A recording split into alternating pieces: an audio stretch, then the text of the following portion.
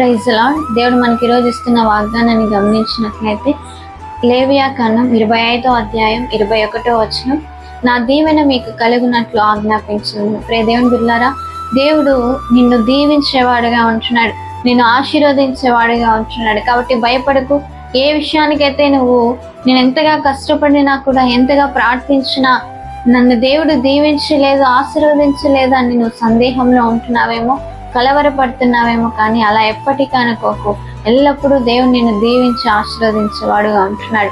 చిన్న ప్రార్థన చేసుకుని, మహాప్రేమ గల తండ్రి, పరిశుద్ధమైన దేవ, ఈ వాగ్దానాన్ని విన్న ప్రతి ఒక్కరిని దీవించి వారు ఎలా నెరవేరుస్తున్నాము నజరేయుడైన యేసు నామములో ప్రార్థించి అడిగి వేడుకుంటున్నాము తండ్రి, ఆమేన్.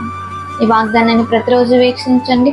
సిస్టర్ దివ్య డేవిడ్ అనే యూట్యూబ్ ఛానల్ని సబ్స్క్రైబ్ చేసుకోండి. ఫేస్బుక్ పేజ్ని లైక్ చేయండి, ఫాలో అవ్వండి. దేవుడు మిమ్మల్ని, మీ కుటుంబాన్ని దీవించిన ప్రైజ్.